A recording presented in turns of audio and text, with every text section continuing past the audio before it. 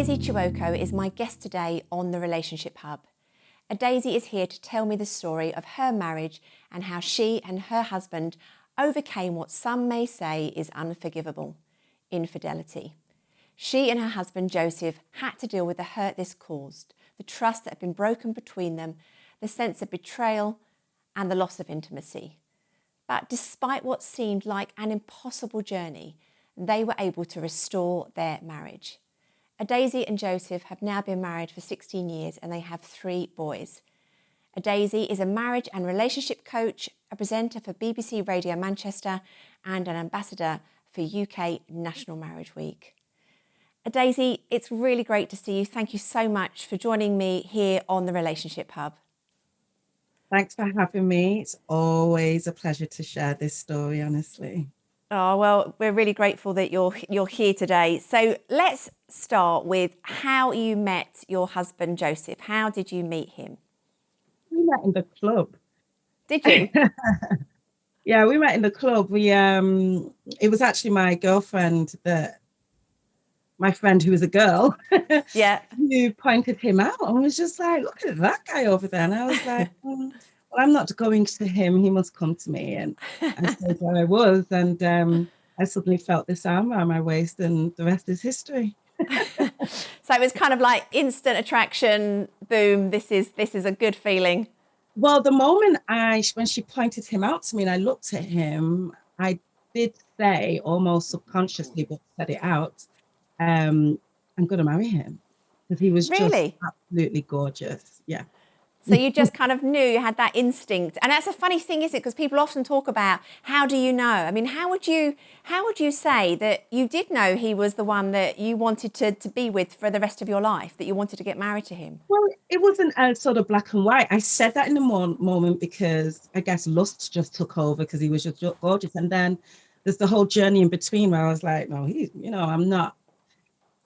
We had a lot to sort of go through in terms of learning about each other and all that ups and down before we settled in the idea of actually, yeah, we could be. Yeah. But just in that moment, maybe it was a prophecy.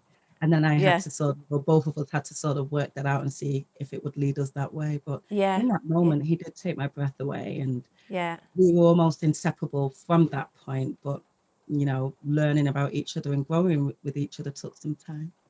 So how long after you started dating and you had that moment of instant attraction, how long was it till you actually did get married? 4 years. 4 years?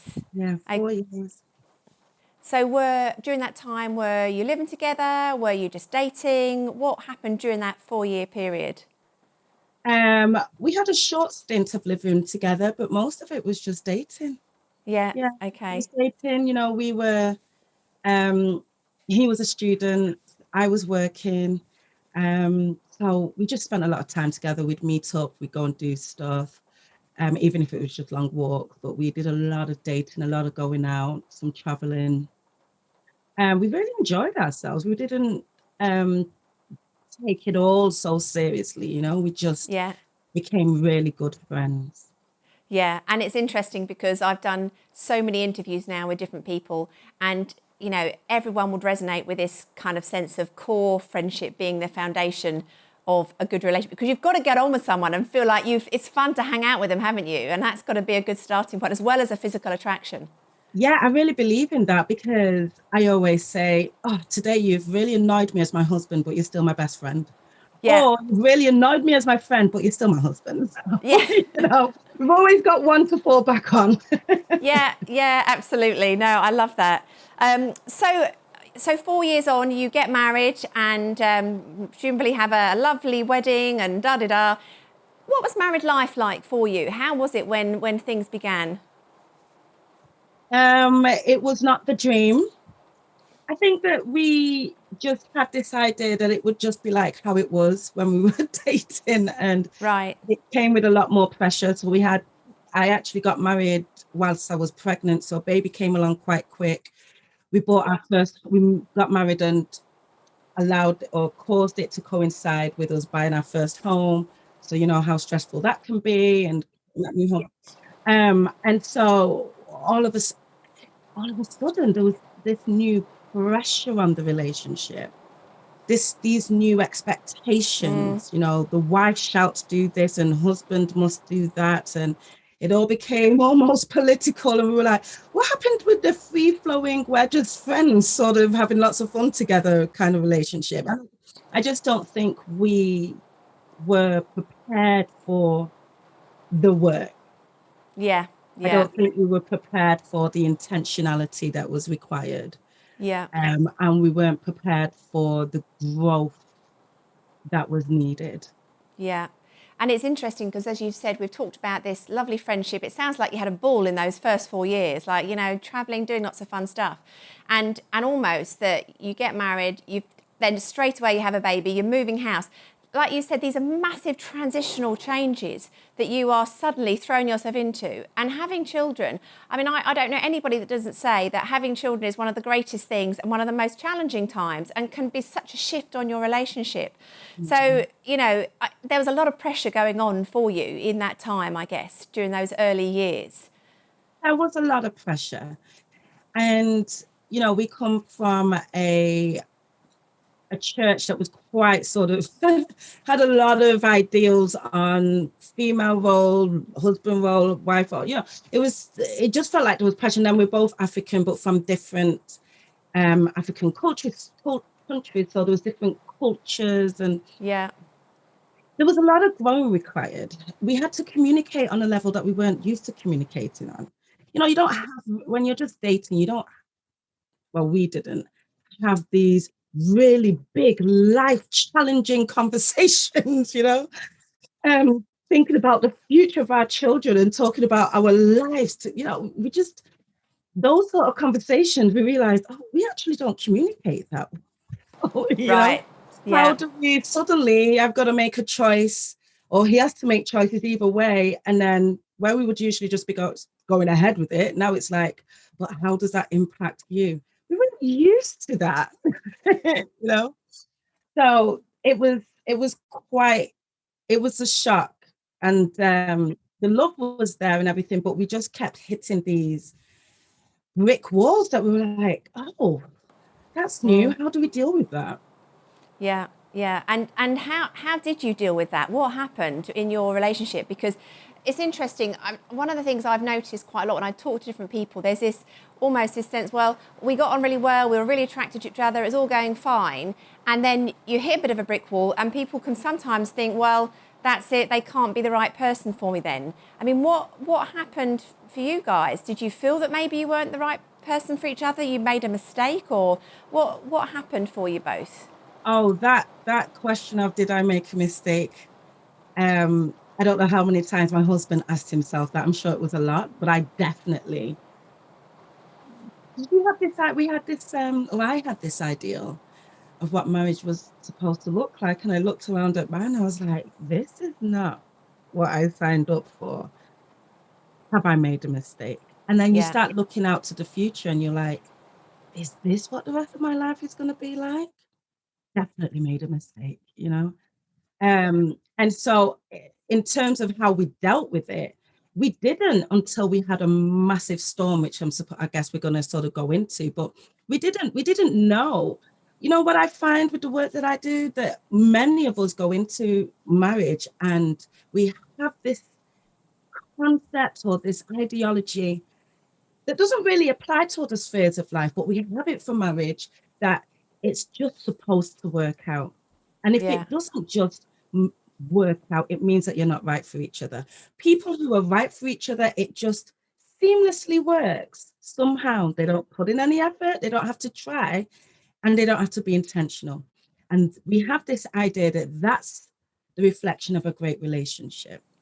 And so we didn't know that if things weren't right, it was all about us, the choices we were making, the learnings that we hadn't learned, the understandings that we didn't have, the habits that we hadn't changed and adapted. We didn't know, so we were just letting it roll. You know, it was going from bad to worse. Yeah, and each of us blaming each other. You know, it's because of you.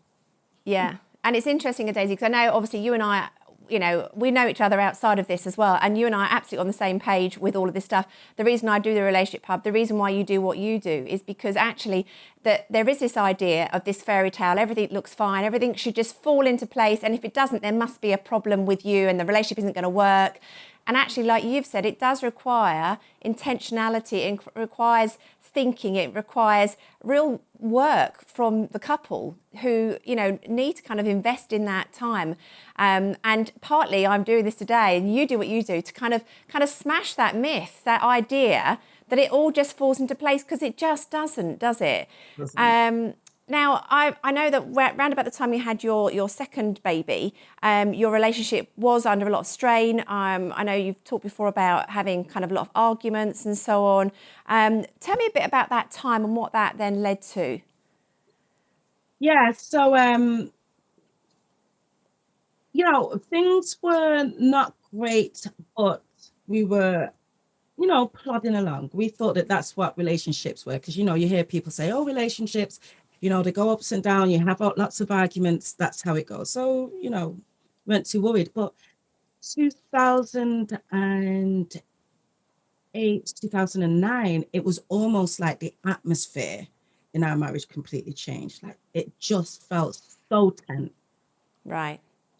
So uneasy. And I knew something had shifted. I knew that this was, I mean, it was bad, but this was bad. Yeah, it kind of dropped to a new level almost for you. Yeah.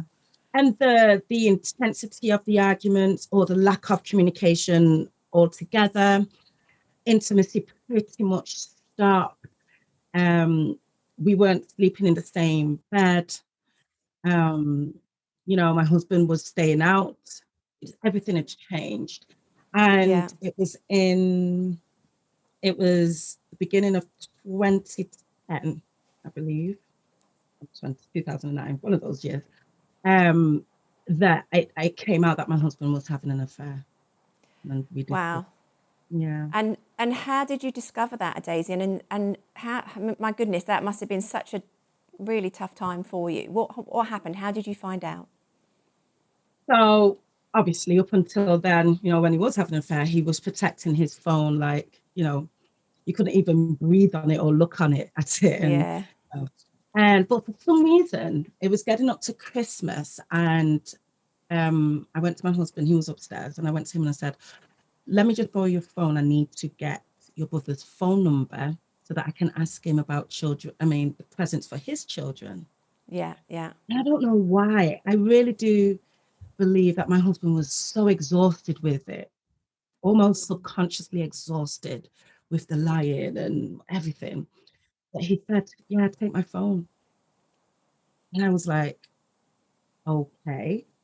And I took it, and I knew I only had a few seconds before he, you know, he'd realize what he's done. So, you know, women can be amazing when we need to be. I was running down the stairs, I was getting into it, and I was, forget the brother, my brother-in-law was looking for evidence that would back up what I'd been feeling, almost knowing for a long time. And I found the evidence in a text message, which let me know everything that I needed to know. And that's how I found out. And suddenly the world came to an end.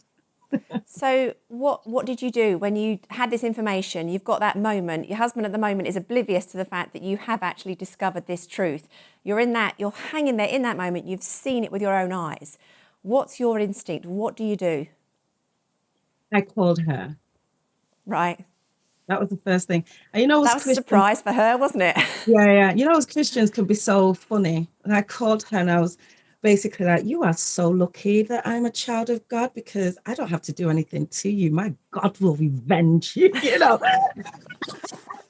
You just better pray, because I am an anointed and God will curse you, you know. Like, so it was sort of conversation. You know, my husband, not kind of the grace of Christianity really coming through there, Adaeze. I think although anybody listening would know and think, my goodness, how on earth did you manage in that moment? You must have been so angry with him and with her. I was, but also it was like, I knew it. Do you know what I mean? Like, I'd spent all this time feeling like just this back crazy woman. And there was a sense of me that was like, I knew it, and I felt a bit justified. Yeah. I also felt like, and if I'm honest, I feel like, great, now you can go.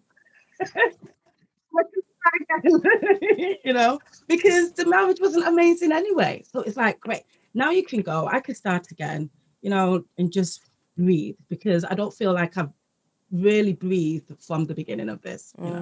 Yeah. So yes, was there chaos and screaming and shouting? Absolutely. He left the house quite, he just knew there wasn't a back and forth as to whether he should stay or anything. He just knew, and he left. And we stayed separated for about 3 months or so. Right. Okay. And so during that time, were you thinking, I'm just going to start rebuilding my life without him, with the kids and so on? I mean, what was your thought process, and how, after those 3 months, did you then consider even being back with him? Yeah. Yeah, I was absolutely done, because I was like, well, that was hell on earth, not going back there again. And we were communicating because he was in a really bad place. And if I'm honest, he was in a really bad place before it all came out. Like, I felt like I had been watching him deteriorate or have somewhat of a breakdown for like a year plus, you know, before all of this came out. So, and like I said, we were friends. So I didn't want the marriage, and absolutely, hated what he'd done. But we were communicating, and plus we had, children. But I was, my pastor is my father, and he said to me, "What do you want to do?" And I was like, "It's not even a question. I want a divorce. I didn't feel like, see, I didn't have that thing that, some women have, that they feel like they have to stay married. I really didn't feel like I had to. I, you know, was still relatively young, I guess. Had a good job. I felt like he would always be a great dad. So I know that he would help with the kids. I've got a good support system. My family's quite close around. So I didn't feel like I had no option. Yeah, yeah. So at that point, it was absolutely divorce. But then I had an epiphany. I felt like it was like, oh. I took a moment and I stepped back and I listened to my heart. Now, what I believe was driving me initially was the rhetoric that we hear. Once a cheat, always a cheat. Once the trust is gone, you'll never get it back. Once intimacy is gone, forget it. There is no hope. And I was allowing that to really form my decision. Yeah. But when I took a step outside of that, I realized that I absolutely adored my husband. Great guy. And that we definitely had something worth fighting for if we just knew how to fight for it. Yeah, yeah, yeah. And I sensed that this storm could, like any storm, could either break us or we could use it to literally start again. But this time, rather than just allowing things to roll and keep our fingers crossed and hope for this great marriage, what if we literally took this as white sheet of paper and we absolutely intentionally created the relationship that we want? At least now we know what we don't want. Yes, yeah, yeah, yeah. And so that was the decision that we made. And Adaeze, sorry, one thing I haven't asked you is, obviously we're talking about your thoughts, your decisions. So did Joseph feel like he wanted to be back with you? He didn't want to be with this woman. He'd obviously realised it was not a great choice. Yeah, no, it was so hard for him. When he left, everything was almost taken away from him. He left with a bin bag. He didn't have anywhere to stay. He stayed in his car for a bit until the police took that off him. So everything just went downhill, and then he lost his job. Everything just crumbled around him. But that was the state of where his mind was at as well. And he took a last bit of money and he traveled to Watford, from Manchester to Watford, to meet up with a pastor stroke counselor, friends that he knew, and just reached out for help, and expressed to this man that he'd completely messed up and destroyed everything in his life, and it's not who he is and it's not who he wants to be. Yeah. He wants help for himself. And I think that also helped because I saw him not only attempt to fight for the family, but attempt to figure out who he is, where he went wrong, and do some work on himself. And I think that that's really important. So absolutely, he wanted his family back. Yeah. Yeah. Okay. Mm-hmm. And I mean, obviously, I know he's not here to speak for himself, but obviously, you've talked in depth about this. You said actually you felt like he'd perhaps gone through a bit of a breakdown, and there's all sorts of stuff. Does he, understand, or do either of you feel as though, okay, we understand why this affair happened? Oh, that's a big question. There's so many things. Number one, I will say not me. And I feel like it's important to say that for anybody that's going through this. And I know that the betrayed person tends to carry a lot of blame and shame on themselves. And I did that for a long time. But there was a number of things. He was working on the doors. So the environment wasn't amazing. And the group of friends that he gathered around him wasn't amazing. He went through an sort of mental breakdown. I remember one day walking in on him in the bathroom, and he was just sitting on the bath, and he'd lost so much weight. And I was just looking at him and I said, "Are you okay?" And he said, "If I could take a gun right now and shoot myself, I would." So he was really down. The relationship itself wasn't amazing. Yeah, So as much as I was feeling unhappy with it, he was feeling unhappy with it. And again, that's so important to say, because you can be in your own bubble, like, I'm so unhappy in this relationship and it's all your fault. But the other person is in the same relationship too, and they're feeling it. Yeah. There was a bit of growing to do. What is this marriage? Oh, this is a lot of pressure. And, there was a lot. I mean, there was a lot. When we speak about it, he really does work hard to ensure that he takes full responsibility and has tried to understand that it's difficult to pinpoint one thing. But when he talks about it, he says just a complete lack of vision. Being in a place where you didn't value what you had, nor did you have a vision for it, so you took it loosely. That's how he really describes it.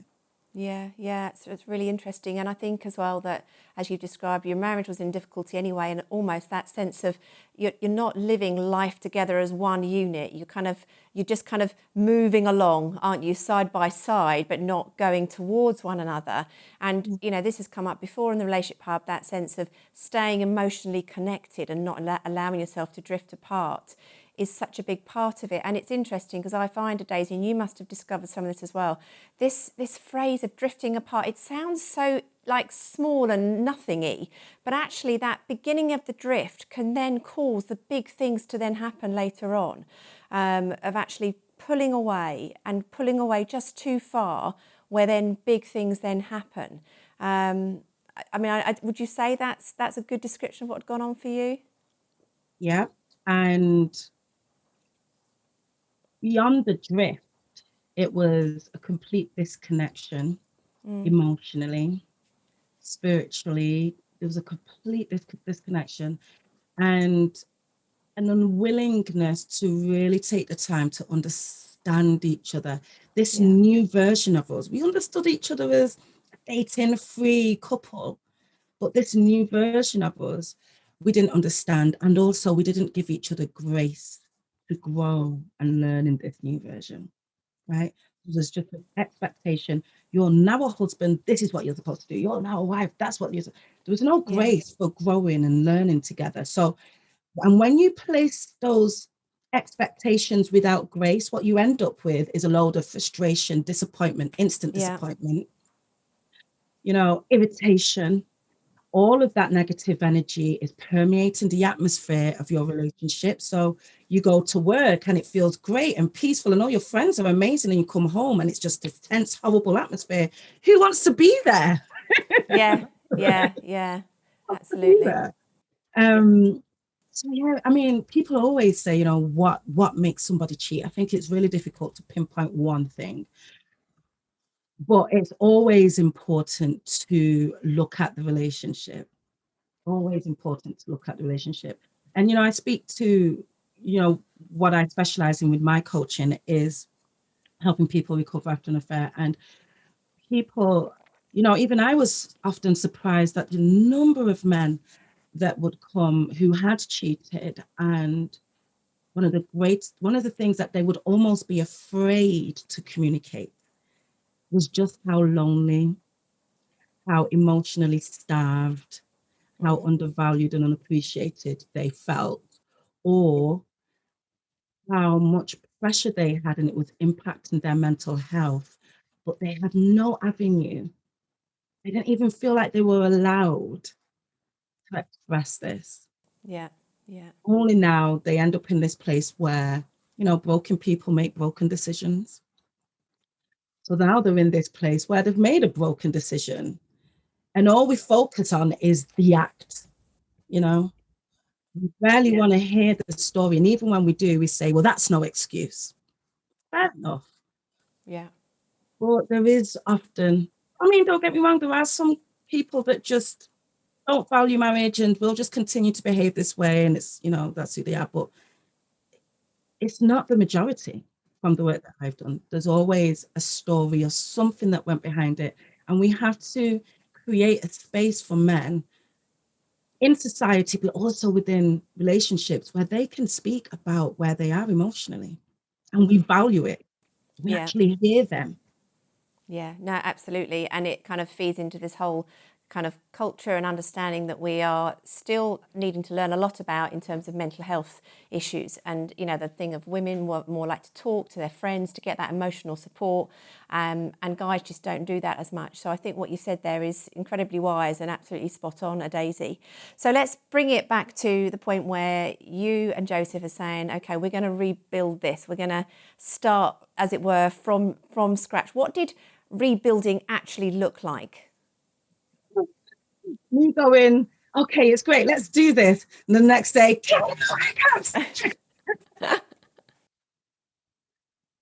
and Joseph being ever so patient. Yeah. Humbling himself, him intentionally, day by day, step by step, pushing his ego to the side and understanding that it is his job to rebuild the trust or evidence his trustworthiness step by step. Me making a decision, not waiting for it to happen, but making a decision to not only forgive him. There's a whole story about how I realized I also had to forgive her. And that really being the start of my healing. Us sitting down together and creating our own marriage contract, which would almost be, not almost, was the blueprint of how we got absolutely clear on the relationship that we wanted to create and the step that we were going to take to create that. Us taking that contract with us every anniversary, every Valentine date, and really checking in and saying how we're doing. Yeah. And walking together in the storm, as opposed to us saying, you created it, so you're the bad man over there. I'm the hurt victim, so I stay in this corner rocking, and let's just try and make that marriage work. No, coming together and saying, all right, maybe one person created the storm, maybe both of us created the storm, but guess what? To go through it, we've got to stand together and we've got to do it together. Yeah. So bringing the betrayer into the healing process, and really walking through that together. And we're so glad that we did. We're so glad that we did. No, that's amazing. And it's interesting. You've used the words there, trust and forgiveness. And I think those are the sort of some of the key words that people watching this interview now will be thinking, Right, trust though, what does that actually look like day by day? How does it go from being rock bottom to being in a place where, you know, that image of you and your husband behind you where you're smiling and it's like, yes, we've got through this. You know, what did that look like for you? I mean, there must have been days where you thought, forget it, actually, I can't trust you anymore, or, you know, how was that journey? Well, the first thing that people need to understand, and I find that this sort of trips people up, is that forgiveness is different from trust. Mm. So me saying that I've forgiven you doesn't mean that I trust you. It just means that I've chosen to relinquish the desire to punish you. I've chosen to relinquish bitterness, anger, and accept what's happened and claim hold to my peace. That's my forgiveness. I can do that by myself. Mm-hmm. That now doesn't mean that, you know, people say, oh, well, now you've just got to trust them. No, I don't. Because trust is always built. And the responsibility for building the trust is on the person who is seeking the trust to be trustworthy. So that was on my husband. And the only job that I had to do would be to be open to accepting the re-education, because you've given me an education that you can't be trusted. Now you have to educate me that you can. And that's not going to happen overnight. That's going to happen by daily making choices to be open, transparent, and honest in even the tiniest things. So if you're saying you're going to ask her to buy the apples and come back in the time that it takes, you know? Yeah, yeah. And, you know, some of the things that my husband was really great at doing, not only did we become absolutely transparent, you know, phones, passwords, emails, and all that sort of thing, but in the communication in terms of this is where I'm going, this is what I'm doing, this is who I'm doing it with. And if you're not comfortable with any of that, you let me know and it just won't happen. And actually saying that genuinely, so that I can genuinely say, actually, I'm feeling really insecure today. Do you mind not going there? Because I just feel like I'm just going to be like wondering what's going on. And him being able to say, yeah, no problem, no problem. Because he really took on that responsibility of, I've got to build this trust. And he didn't allow his pride to get in the way. And so people will think, yeah, well, you're just caging him. You're treating him like a baby. Well, actually, what we were doing is taking baby steps to rebuild until it gets to the point where I'm like, no, go, just go. Yeah. You know? But if you create a monster, you have to brick by brick or body part by body part uncreate that monster. And it has to be very intentional. And what I find that people say is, well, just trust me. Well, you kind of taught me that I can't. So only you can teach me, and it's through education, through evidence, through example, day by day, with even the smallest things. Transparency, and let me add this word in as well, compassion along the journey. Many people will find that, you know, oh, she's asking me the same questions every day. Right? We keep going back to the past. 1 minute she's fine, and the next minute she's telling me to leave, or he, whichever way it goes. And there's got to be the person who has done the betraying has to have an element of compassion. And, you know, I give this analogy. You shut this person up with this lethal drug, the drug is going to play out. It has to. And so now you've got to be compassionate as that drug plays out, as that hurt plays out. Again, it's pushing the ego aside and seeing the hurt and the brokenness. And rather than taking it all personally, just saying, you know what, I'm here for you in this pain. Yeah. I'm here for you in this storm. So that's what rebuilding the trust looks like. Now, here's the amazing thing about trust. Because it is always built, it's not just acquired, and people don't just get it because it's lucky. Because it's always built. Once it's built, it's built. It's there. So I don't have the amount of freedom we experience in this relationship is crazy. You know, it's so free. But that's because, you know, he was very intentional about building it, and I was open to receiving the education. I did my part, which was the forgiveness. He did his part, which was rebuilding the trust. Yeah, yeah.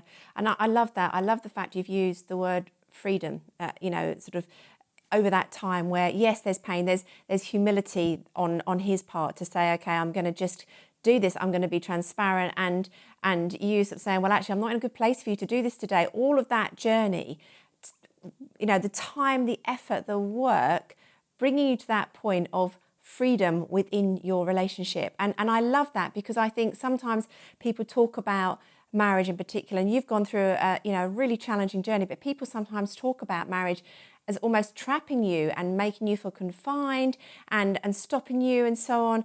But actually, I would argue against that, and I can see you're nodding in agreement with me there. That marriage can be liberating for a couple, and that seems to be what's happened through your very difficult journey. If it's not liberating, I don't believe that it's not what marriage was intended to be. I really think that marriage was intended to be two people who were not in a relationship. In fact, I did a video about this the other day. We're not in this relationship based on fear. I'm afraid of losing you. I'm afraid of what people would say. I'm afraid of divorce. I'm afraid of what will happen to the children. I'm afraid. That's when you're going to be in a relationship that is covered with control, feeling in a box, no liberation, frustration, irritation, all these negative uncles and aunties that fear comes along with. But what if you were in a relationship where the choice was always just based on love? I'm not here because I'm afraid of losing Mr. Chiwoko, and he's not here because he's afraid of losing me. We'll be fine without each other. But we're here because of love. I love that man. He loves me. We love what we're building. We love what we're creating. We love the journey, the learning, the growth from it. I love seeing him thrive. I love the opportunity to support him to be the man that he wants to be. And he loves the opportunity to support me. So it's all a load of great opportunities to experience love. Now, here's the thing. When we're saying experiencing love, it doesn't mean it's a smooth road, because actually that's not the true test of love. The opportunity to love is the opportunity to go through storms, the ups and downs, and feeling that and coming up and being like, oh gosh, that was a tough one. We did it together. Oh, this is a great ride. Okay, it's a bit of a dip here. Let's stand together. So that's the journey of love.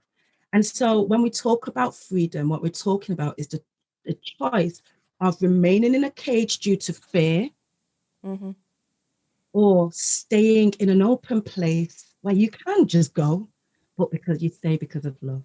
Yeah. No, I love that. And I think as well, it's profound that it's coming from you, Adaeze, as well, because you have the story that gives you the place to actually say, this is how it is, this is where we've come from, and this is where we are now. Because I think, again, it's quite hard sometimes to talk about marriage and relationships, and people think it is, and it's all about love and it's all wonderful. But actually, you're talking about a real sort of love that is a constant, that actually drives your relationship day by day, and has been just transformed by a difficult experience. And of course, you speaking out, Adaeze, and as you are today, that of course has led you to do the work you now do, and the background that you've got today is a bit of a clue. So tell me a bit about how you became a relationship coach. And I mean, even just a comment, you're telling this story today. A lot of people are thinking you're incredibly brave to speak about this. Incredibly stupid. That's what I get as well. I'm sure you get both. I'm absolutely sure you do get both, because it's outside of people's understanding. Why would you do this? Why would you do this, Adaeze? Tell me, why did you do this? Here's the thing. When we were going through this, there was no one, Michaela, there was no one who was set free enough from the pain that could speak openly about it. Everyone was, there were people giving theory and all this, or alluding to the fact that they may have gone through it, but there was no one who was like, oh, you listen, we went through this and we're great. And they were set free enough from the shame of it to speak openly. And, years back, Mr. Chiwoko and I sat back and we were just like, this marriage is so amazing. Look at where we were. Look at what we would have let go of. But nobody's talking about this. It's almost like getting the remedy for cancer and staying quiet out of shame that or HIV, right? You've got the remedy, you've got the medicine, the magic pill. And then you say, I'm not going to tell anyone because I don't want anyone to know that we had HIV. Yeah. It doesn't make sense. For us, it was a victory. It was a testimony of just what can happen, because all we hear is, he cheated on me, I let go of it. I let him go. I divorced him, and we championed that. That's great. Well done. Right, but what about the people? And it's not just me. There's so many of us that have gone through this, and we're like, actually, we worked it out, and it's amazing. We're so glad. And so, Mr. Chiwoko and I said, well, I said to him, I really want to be able to start speaking about this, and I was a bit like, this would be him being like, okay, and I'm going to be the bad guy in the story, right? Yeah, yeah. But his response was, if it helps people have the chance of experiencing what we've had, if it saves some marriages, do it. And so I started going on Facebook, and I started sharing story. One of the first stories that I shared around this was my journey to forgive the other lady, because that was a really pivotal part in my healing. I was really held back until that happened. And that story went viral. And, I shared a couple of others. And boom, this people just coming out and saying, oh my God, I wish somebody would have shared this a long time ago. I wouldn't have been divorced, or can you help me? And this is what I'm going through. And so I didn't really know what coaching was then. So I just started a Facebook page, and I would just show up a few times a week and just share everything that I'd learned. In that time, I was studying and I was learning more, and really looking through what we went through, and drew up this blueprint of A, B, C, D, E. This is what we did, and this is what worked. I started helping people in and outside my circle. And they were getting the same results and coming back and just being like, wow, we would have let this go. Yeah. So I went ahead and looked into coaching, did what I needed to do there, and then officially launched. And I've been working with individuals and couples around the world since, particularly couples who have gone through an affair, not only, but they're obviously the people that I attract the most. And yeah, of course, it's not easy work, but it is so rewarding. I mean, I've got a lady who is now coming on board with me to help people who are struggling with the emotional side of it, to share her testimony, because she only found out about the affair in earlier this year, and they are flying. Wow. Yeah. Well, the reason why is that we wanted people to know that infidelity does not have to be the end of your marriage. It really doesn't. The whole once a cheat, always a cheat doesn't actually make any sense, because I used to be a very angry person. Once an angry person, always an angry person. I'm sure most of us remember stealing when we were kids. Once a thief, always a thief. Once insecure, always insecure. Like where does that rule apply? No, that's absolutely true, because it's so easy to kind of put a label on yourself or put a label on other people. But we all change and grow emotionally, and we have certain fundamental characteristics. But those things can all be coached and trained, and we can teach ourselves different things if we are willing to do that. It's about our own responsibility in it all as well, isn't it, Adaeze? Yeah, absolutely. But when two people are saying, we want to make this work, and they're ready to put in the commitment and the work required, everybody has the opportunity to change. You can be whoever you want to be.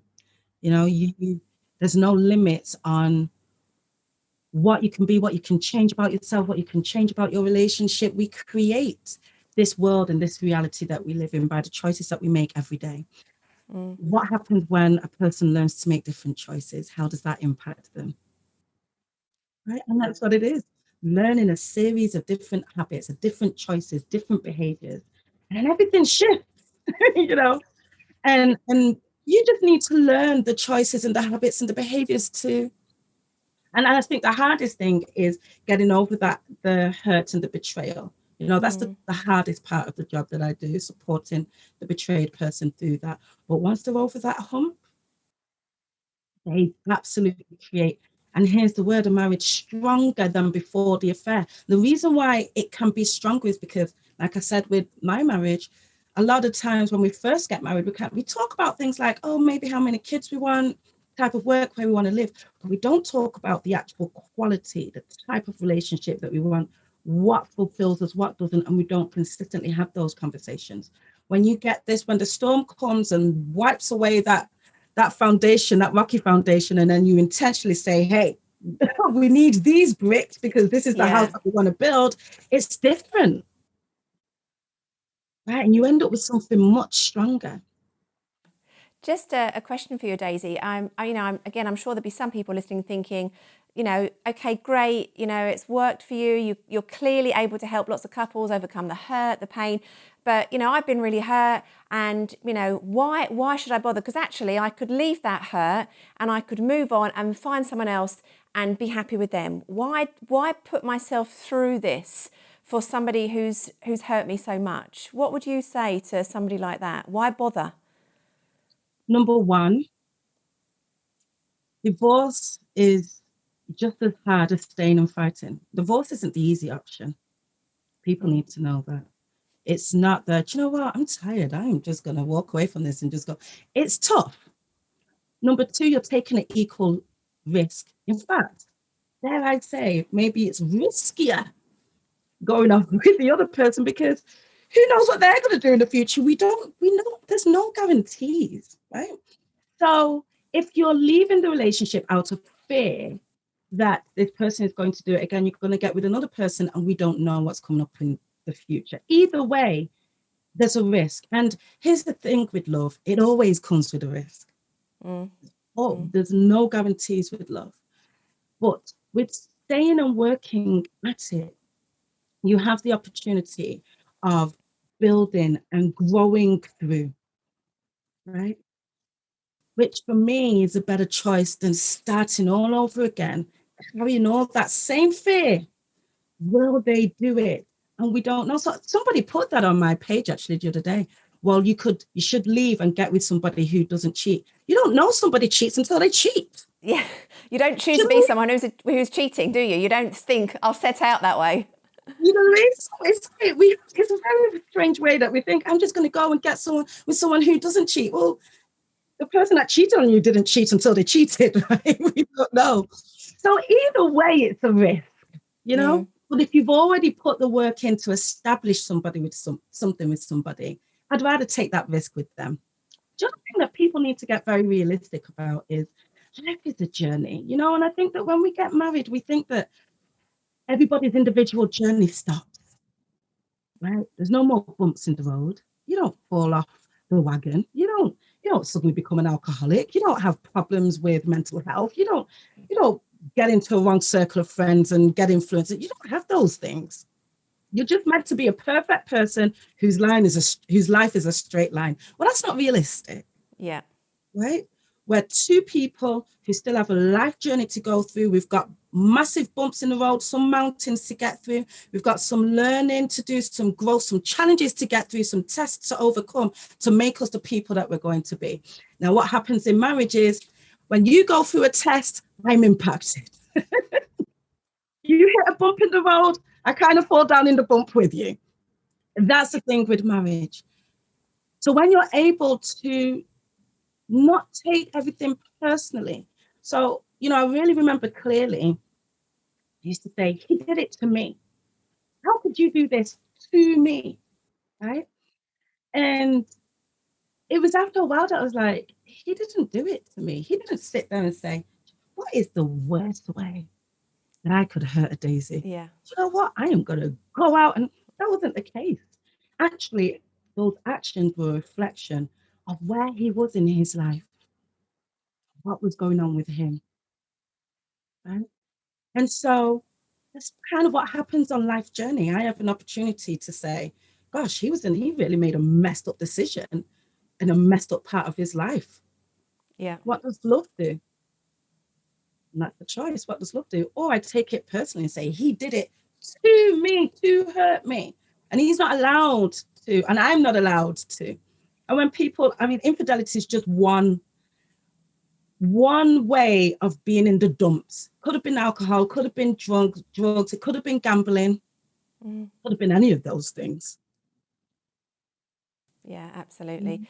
So Adaeze, I've just got a couple more questions for you. The first one is, what would you say if you could just choose 3 things, okay, that are kind of you know, the linchpins in your relationship, the things that you say, okay, this is what makes our relationship work and continue to work. 3 things. What would you choose? We're best friends still. So that's really good. We make sure that the passion, that drifting apart, we make sure that the passion is there. Like, we place ourselves first. Our relationship is above the kids, it's above everything, because we realize that we're the core. Yeah. And so we have this thing called passion dwindling alert, which means that, whoa, the passion's dying. Let's keep that fire going. Let's keep it exciting. And, communication has got to come in there. But not only communication with each other, communication with self, checking in with self, What am I feeling? What's going on with me? Why am I reacting that way? Is that about what she did, or is it about how I'm feeling about me? Is that about what, so a communication with each other, but regularly self-reflecting and checking in, If I had to give 3, that's what I would say. That's brilliant, Adaeze. And so the very last question is, people watching today, I mean, it's been truly inspiring. I mean, I've loved hearing your story. If people are watching right now and thinking, okay, I'd like to find out more about what Adaeze does, I'm interested in the coaching, what do they need to do, Adaeze?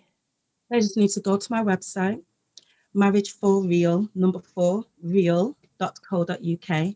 They can book a free call with me, 30 minutes call, and we can just have a nice, easy chat about where you're at right now, and, talk about how and in what direction you want to take your marriage in and how it can help you. So it's marriage4real.co.uk.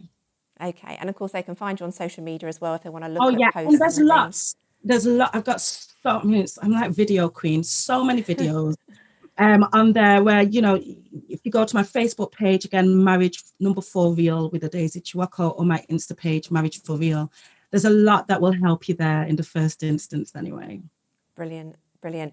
Adaeze, thank you so much for sharing your story. I mean, lots of wisdom, really inspirational. And, Relationship Hub is about being open and honest and telling things as they are. And you have done exactly that today. So thank you for your vulnerability and honesty. I really appreciate it.